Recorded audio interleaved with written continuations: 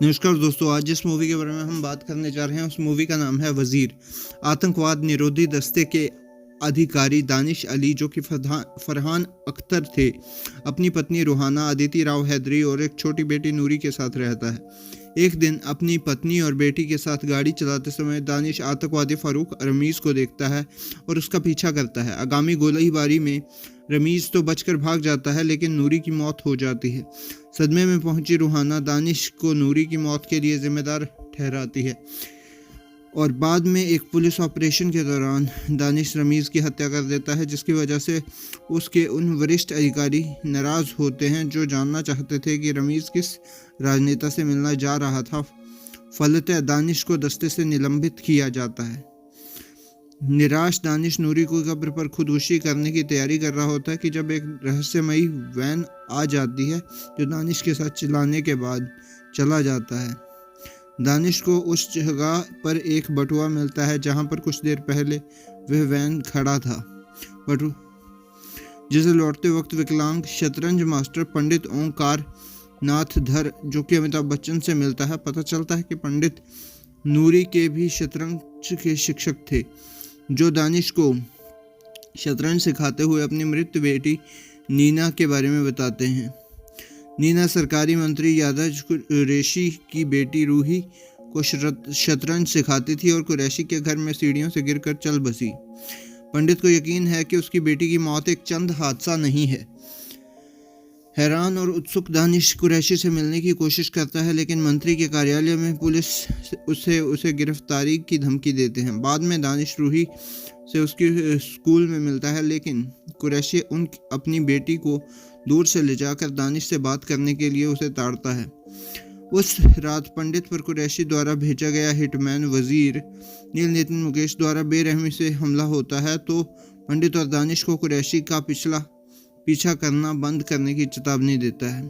पंडित कश्मीर के लिए रवाना होता है, जहां कुरैशी जा रहा होता है। वजीर दानिश को फ़ोन कर पंडित को वहीं मारने की धमकी देता है। दानिश जल्दी से पंडित को वान का पीछा करता है, लेकिन वजीर उसे बम से उड़ा देता है, जिसकी वजह से पंडित की मौत हो जाती है। बदला लेने और वजीर की पहचान पता लगाने के लिए आतुर दानिश रूहाना के बताए गए कश्मीर के लिए निकल जाता है और एसीपी विजय मलिक, जो कि जॉन इब्राहिम होते हैं, उसके साथ वजीर को बाहर निकालने की योजना बनाता है। कुरैशी के भाषण के दौरान मलिक पोडियम के ऊपर झूमर में छिपे विस्फोटकों को विस्फोट कर देता है, जिसकी वजह से दहशत फैल जाती है। पुलिस को रोककर मलिक दिनेश को अपना काम करने का समय देता है।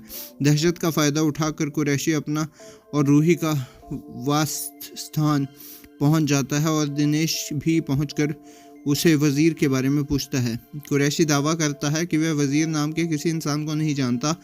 जब रूही रोती हुई दानिश को बताती है कि कुरैशी उसका असली पिता नहीं है, तो वह वास्तव में उन उग्रवादियों में से एक है जिन्होंने उसके पूरे गांव का नरसंहार कर भारतीय सेना के आगमन के बाद उसके पिता की जगह को ले लिया था। रूही ने यह बात बताई थी, इसलिए कुरैशी ने नीना को मार दिया और उसकी मौत को एक हादसा बताकर दफना दिया। दानिश जान जाता है कि रमीज़ और अन्य आतंकवादी कुरैशी से मिलने जा रहे हैं, जिसकी वजह से उसकी हत्या कर देता है। फलतः आतंकवादी निरोधी दस्ता और रूही मीडिया के सामने खुलासा करते हैं कि कुरैशी वास्तव में एक आतंकवादी था। कुछ दिनों बाद पंडित को समर्पित रूहाना के शतरंज पर आधारित खेल को देखकर दानिश को एहसास होता है कि पंडित वास्तव में खेल का एक कमज़ोर प्यादा था, जिसने एक मजबूत हाथी दानिश से दोस्ती करके एक दुष्ट राजा कुरैशी की हत्या करवा कर अपना बदला पूरा किया। इस आभास से हैरान दानिश पंडित की बाई को ढूंढता है, जो उसे बताती है कि उसने वास्तव में उस रात वजीर को नहीं देखा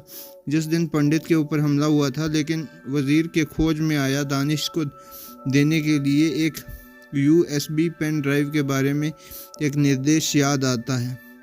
पेन ड्राइव में रहे एक वीडियो में पंडित दानिश को समझाता है कि वजीर कभी अस्तित्व में था ही नहीं, वह सिर्फ पंडित द्वारा रचित एक पात्र था, क्योंकि वह कुरैशी के आगे शक्तिहीन था और कुरैशी को ही मारना चाहता था। पंडित ने जानबूझकर ही नूरी की कब्र के नज़दीक अपना बटुआ गिराया ताकि दानिश उसे ढूंढकर उससे दोस्ती कर सके।